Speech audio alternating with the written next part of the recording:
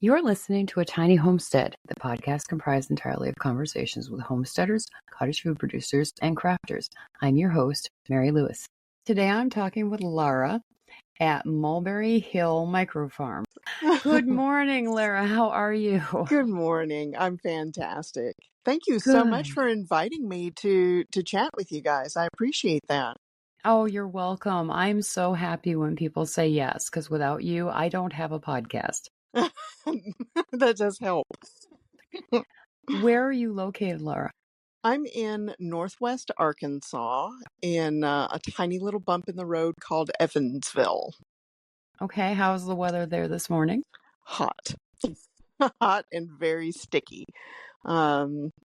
Actually, for us, it's been a fairly mild summer. We've had a lot of rain.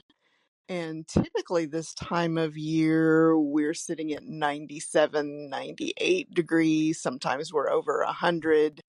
And really, it's just been this week that we're getting into the 90s solidly. And for us, that's a nice break. Yes, we're having a break today too. It's supposed to only be 71 degrees for the high, and it's supposed to rain all day. Oh, that sounds heavenly. Yeah, I think there's probably a short nap in my future this afternoon because this is very good sleeping weather. Oh, excellent. Be bold. Make it a long nap. I can't. I've got too much to do, but I might crawl into a book for a few minutes and see if my eyes close. We'll see what happens. That's what happens when you get over 40 years old. You realize that naps are a gift. Right. Remember when we used to fight those? Mm-hmm. Oh yeah. That was silly. Now I want them badly. Yes. Okay, so tell me about yourself and what you do. Well, I've been an educator for almost 20 years now, and I think that's something that's run in the family when we get together for holidays and reunions. It feels more like teacher professional development as much as it does just seeing each other and catching up on family news. But there's also been a strong presence for conservation in our family. My grandfather worked in southeast Arkansas conservation efforts, water purity. He did a lot for Felsenthal Wildlife Preserve in South Arkansas to work with them and make sure that chicken plants weren't dumping water into the system and things like that. And so they were avid hunters and fishermen on the Saline River for a very long time. And so even though I wasn't terribly close to my grandparents, there was still that thread that was always present about conservation efforts and ecosystem health and whatnot. And I think I carried that with me for a long time, kind of dormant. There were marriages, there were children, there was the career in education that was very successful, but there was always this sort of little nagging in the back of my soul that said, just a little land, just a few trees here and there, just a few birds here and there. And so I started that journey kind of late in life. I did not start until I was 48. I am 52 now, and I am loving it. I feel like there's a fulfillment here in some of the things that I'm doing on my tiny acreage. We're only just over an acre and a half. But there is a sense of purpose and meaning here that I have finally sort of plugged into, and it's made my life very rich, very wealthy. Fantastic.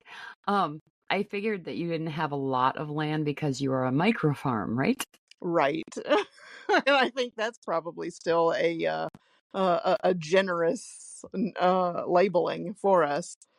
I started out here 150 years ago. my tiny little patch of land was hardwood forest. Hickory, elm, ash, hackberry, black walnut, black locust, and it was cleared for cattle grazing. But there have not been cows on my part of the property for probably 60 years. So it was just mowed as a lawn. The trees had been cleared long ago, and so the topsoil had completely degraded. It had all sort of slid downhill into the creek and is probably sitting at the bottom of Lake Tenkiller right now. And I just felt like I wanted to regenerate this little piece of nature. And so that's been my focus for 4 years. When I first came out and started planting trees again, there's a layer of grass and grass roots, and then there was just slabs of clay. No root systems, no organic material. There were places where there weren't even worms present and that kind of thing. And I've been working for the last 4 years to change that. And I have been, I think, truly gobsmacked at just how quickly the ecosystem is changing, even though the acreage is very small. Yes, I'm not surprised at all at how fast it's changing for you because nature wants to do what nature wants to do. So if you just take away the things that are preventing nature from doing what nature does, she's going to have at it and she's going to have at it fast. Absolutely. And being able to, I've done a lot of reading, I've done a lot of research, but this was finally getting to do this hands-on and seeing those changes. And there's not a place on my property now that I can dig a hole where there's not worms. So watching that ecosystem really flourish and come to life and how it changes just year to year has been fascinating and truly joyful. Yes, I can't agree with you more, Lara. We are called A Tiny Homestead. That's the name of our place, and we have a little over 3 acres. And it's always been a farm kind of place. I mean, it was started out as a big acreage with a farmhouse on it and a barn, an actual barn, not a pole barn, Oh, a nice. red barn. I'm jealous. The red barn is long gone. I'm so sad about it. But there had been nothing grown where we grow our garden for 40 years. The last thing grown there was pumpkins.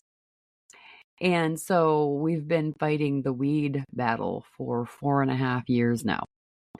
And my husband is so frustrated with it because he's the gardener, which means that when those weeds come out, he's the one that's going to have to fight with them. So he said to me the other day, he said, I have to find something to knock these weeds down that isn't going to ruin the dirt. Yes. And I said, I am on it. And I am going to be digging tomorrow when I have time to find something that will make the weeds not come up, but the plants be good. Good luck with that. It is a challenge. I know. He's tried so many things and it works short term, but what most people don't realize is that there are layers and layers and layers of seeds in the ground. Yes. And so when you get rid of that first layer, there's another layer behind it, and the next one down, and the next one down. Mm-hmm. And so basically, if you get rid of that first layer, you're just making room for the second layer to grow. I've seen the same thing. I'm out here, and I took a little bit different approach. I didn't fight it. I am letting it happen. My neighbors probably hate me because they're used to this property being mowed like a lawn, and I let the weeds take it over. And then it's creating a huge amount of biomass. Mm-hmm. And then I go, and sometimes it's my riding lawnmower, and sometimes it's the car because it's so thick. And I run over it and just lay it all down flat. So the soil is never bare. And when I started doing that, the fungal content of the soil grew exponentially. And so I've created a mulch there, and those weeds that I just push over in the fall protect my soil, and that's breaking down. And in 4 years, we've gone from, most of the property had between 2.5% and 3% organic material. And adding all of this biomass every year now to the top, our organic content in our soil is now 5% in 4 years. That's So impressive. that's right. I mean, I'm not trying to brag, but like I said, this is happening so much faster. I thought that would be a 15-year project, and it's happening in 4. Now I've added some animals to the system that are helping that. I got into rabbits 2 years ago because I was buying rabbit manure. But what goes into your rabbit determines what comes out of your rabbit. So I was buying that manure and I was putting it places, and I was noticing that I was propagating mulberries, and they were coming up and the leaves were shriveled and whatnot because the hay that had been fed to the rabbits had been treated with Grazon. And that's just one of those things that you can compost it for a year, break it down, put it in your garden, and it's going to kill plants for 2 or 3 years. Mhm. So I finally said, okay, if I'm going to do this and I have to add this organic material to get these results, I need to be in control of the inputs all the way through the system. And so I bought a few rabbits, and a few rabbits became a few more rabbits. And, As they are supposed to, yeah. as they are supposed to. And then this year I added poultry to the system. So I expect that organic material percentage to go up even more, and I will retest our soil in probably another 2 years. Mm-hmm. Okay, so you're talking a lot about regenerating your soil. Yes. So do you grow produce or anything? Tiny bits here and there. I have found frustratingly that it seems to raising protein seems to be a whole lot easier than raising produce. Uh-huh. And I wanted to get the soil healthy everywhere before I commit to produce in a larger way. I planted trees and berry shrubs fairly quickly on the property. But it that takes time for trees to mature. And I'm getting my first peaches from the property this year. And I was able to harvest enough black raspberries to make my own jam for the first time in my life. Isn't that the best? It really is. And there are just a few little jars there in my pantry, but they're jars that are, I know where that food came from. I know the quality, the health. I know that I can pass those on to my grandkids, and I know what they're eating. So I have just a variety of trees that I'm waiting on their maturity. There was one apple on the property. And so I added a few apples, I've added peaches, there are plum trees, there are pear trees, there are hazelnut trees, there are cherry trees and bush cherries, and now there are the black raspberries, and there are blackberries now. I've planted asparagus just about anywhere that I can poke it next to something else so that it'll break through that clay layer, because asparagus roots are crazy. They're, go up to 13 feet deep. And so they're going to help mine that clay and leave a path for the baby fruit trees to be able to grow roots. And so I'm doing everything that I can. And I can see the produce coming. Like I can see that being the part of the system that as it matures, that'll be a larger part of the farm. Um, you mentioned pumpkins, and I have my first few pumpkins out on the property now that have actually grown because the soil now holds enough moisture that the plants aren't dying in the summer. Yep. So it's progress. That's all you can ask for. And I'm so impressed with what you're doing, Lara. You're amazing. I mean, it sounds really dumb to say it that way because anybody can do this, Oh but yes. you are doing the work and you are putting your heart and soul into it. And so that's amazing. Well, it's joyful work. And between this and then being able to, have that career in education where I can go and then share these things with my high school kids, because the majority of my students are 12th graders. They're seniors. They're just about to take those steps out into the adult world. And many of them are fearful. Many of them are fearful about the political climate, but they are fearful for climate change. They genuinely worry, where is my food going to come from?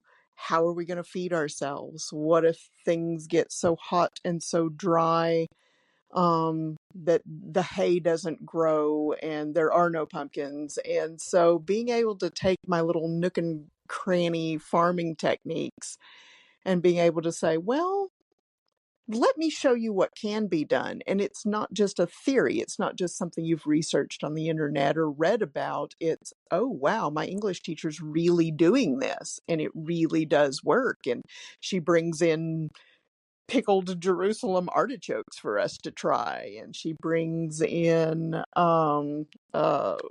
bunny street tacos for us to try. And, they look at it and they say, okay, I think I could make this work. And some of them over the last few years have come to me and said, hey, would you mind, you know, uh, giving me a cucamelon start? Or could you bring in some more of those Jerusalem artichokes? I want to plant those in a corner of my uncle's yard. Or, hey, if you end up with some extra mulberry trees, let me know. And I've got a place to plant those. And seeing that is very encouraging to me. You are converting them one student at a time. I Yes, really am. keep doing that. Well, and it's so simple because so many people think, well, I don't have a lot of land, I can't do this. And I mean, I have a deck where I have mineral tubs that were used for cattle, and I'm growing all kinds of food just on my deck. So even if you're apartment bound, even if you have a little patio and you can find a place for two really large planters, there's a way to still create your own produce and be part of it. Absolutely. I'm so glad I got to talk to you today. We're not done yet, but you are cementing the thing I always say on the podcast, which is do what you can with what you have where you are. That's right. That's right. Absolutely. Because you can. I mean, I had a friend years ago. I think I was in my 30s, and she lived in an apartment and she had a small balcony. She was on the second floor. And she filled that balcony with containers full of soil, and she grew herbs and flowers, and I think she did radishes and carrots and stuff. Mm-hmm. And she had the greenest thumb I've ever seen. And I was just like, someday you're going to have a yard. You're going to have an actual yard. And you're not going to be able to walk through it without touching a plant. She's like, that's my hope. That's awesome. Yeah. Lawns don't feed you. Can't eat grass. No. I mean, it's nice and tidy looking, and that's great if you want to have that sort of appearance of the old English manners and whatnot. But when, when things get harder, I'd rather have the food forest than the estate. Me too. We're working on our own food forest here in Minnesota on our property. Oh, yay. We have, I think we have 16 apple trees that we've put in over the last 4.5 years. Oh, wonderful. We have wild plum. We have 2 alderman plum. That's the variety Mm-hmm. that we got. We have wild black raspberries. Oh, nice. We put in some peaches, and we actually got peaches last fall. We won't have any this year because the trees did not bloom, or the windstorm that came through took the petals off. We're not sure which. Mm. What else? We have 2 honeyberry plants that someone gave me last year that we're trying to keep alive. We're not very good at it, but they're still alive, so maybe next year. And we just keep putting things in that will, 5 years from now, produce enough to feed us and for us to sell in our farm stand and at the farmer's market. Absolutely. So I'm right there with you, sister. It's That's a good wonderful. job. That's wonderful. It's good work if you can get it and keep it. Absolutely. I plant things randomly through the yard. I'll stop and other people impulse buy, I guess, clothing and electronics, and I impulse buy seeds, and I'll just walk through and say, well, let me just put some here, and let me put some here, and let me put some here. And I don't keep up with it. I don't write it down and said, well, if it will work here, it will thrive on its own. And if it doesn't, it'll just add to those layers of dormant seeds sitting here, and maybe in 60 years the conditions will be right and it'll come up then. I put out potential, and then I see what responds. That's a great way to do it. It's like chaos gardening. It is. So sometimes things I'll think, oh man, that didn't come up. And then a year later I go, oh, I do have gladiolas over there on the fence line. Interesting. And you live in a state where you can let them stay in the ground over the wintertime. I do. I can't do that here. I'm sorry. But at the same time, then I can't grow tulips. They won't grow here. It doesn't get cold enough. Yeah, they need that cold weather in the wintertime. It's a trade-off. No. Mm-hmm. Yeah, we put in gladiola bulbs 3 springs ago, I think, and they bloomed and they were pretty. And my husband said, you want me to dig the bulbs up and store them in the barn? And I was like, nope. And he said, why? And I said, because I don't want you to have to do it every year. That's right. I have successfully grown gladiolas. They were pretty. I don't love them enough to keep growing them. He's like, okay, good. He was so grateful. That worked out fine. Yes, absolutely. You said you have rabbits, you have chickens, you have quail? Is quail one of the animals? I have quail. I also added ducks and turkeys this year. Oh my. Well, it's been interesting. I think in my little local community, as my students kind of get out and talk about the crazy things that I do, people want to contribute to that. They want to help. So I had one student's father who gave me a pair of Narragansett turkeys, a 2-year-old Tom and a year-old hen. I had another lady that I had given a rooster to. She had gotten turkeys. It wasn't for her, so I got a second juvenile pair of Narragansett turkeys. I had another student whose mom sent me 4 quail. So I thought chicken math was when you went to the store and you bought too many chickens on your own. I didn't realize it was because, all of these people who also raise things and get excited, they want to see you succeed. They want to contribute to that. They want to help you on the same journey that they've found joy in. And it's just been a surprise, just an unlooked for absolute joy. So I have I have poultry I did not expect this year, and I love them. They're so much fun. I'm starting to think it's not chicken math, it's livestock math. I think you're probably right. And I think I And contribute too. So uh-huh. I'm my husband will shoot me if I actually bring this up to him. But I've been in my head for about a week debating getting a large or a livestock guardian dog. We have a small dog. We have a mini Australian Shepherd, and she is not a livestock guardian dog by any stretch. She is a pet, and she's lovely, and I love her beyond life itself. But we had a raccoon show up here a little over a week ago, and come to find out it was a mama, and she had at least 3 babies with her that are half her size already. And those little boogers got 4 of our chickens. Yes, and they will be back. We have not seen them in 3 days since my husband and my son shored up the run in the coop. So we're kind of hoping all the noise and activity might have gotten them to go. I hope so. But I keep thinking we should get a livestock guardian dog that is already, over 6 months old and neutered, because we would probably get a male, and that can be outside. They can live in the barn, because I can't have another dog in the house. We don't have room. Right. And I keep wanting to float this to my husband, and he's just going to be like, I don't want any more animals. And I'll be like, I know, but do you want to keep the animals you have? That's a fair point. And I've considered the same thing here, because I also have I have a standard Aussie, and he does like it's been interesting because he too was a pet, and he still wants to herd the ducks more than he wants to guard the ducks.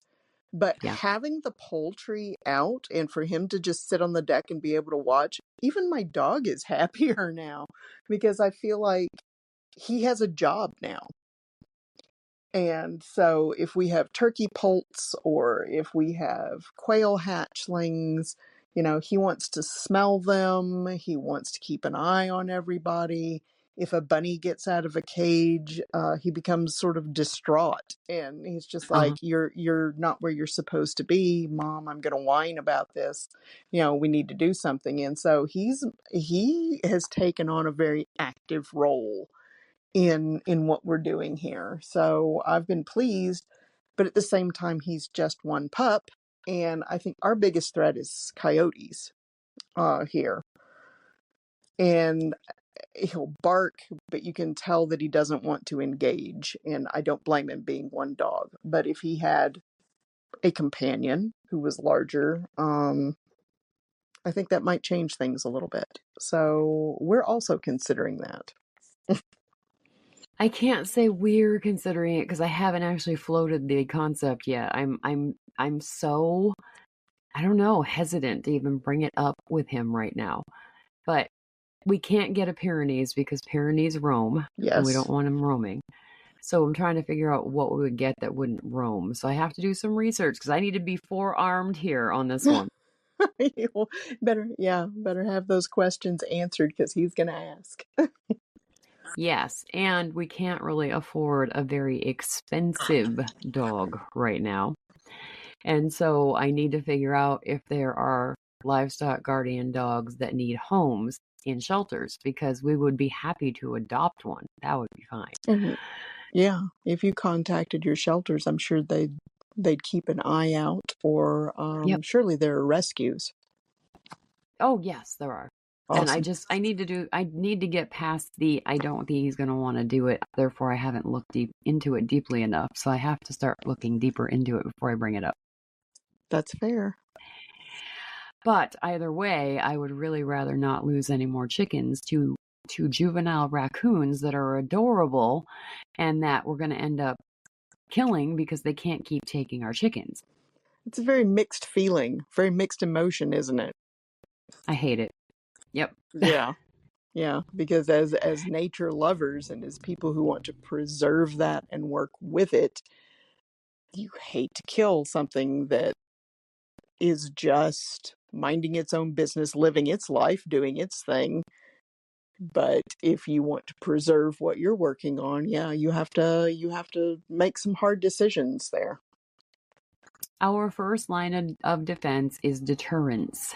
Our last line of defense is shooting it. That's fair. Because I don't want to kill those babies if we don't have to. You know, they were here before. Well, these particular raccoons weren't here before we were, but nature was here before we were. And I Yes. don't want to destroy nature. I want to work with her, you know? It does work out better that way. Exactly. Okay, Lara, I try to keep these to half an hour. We're at 30 minutes and 30 seconds. So where can people find you?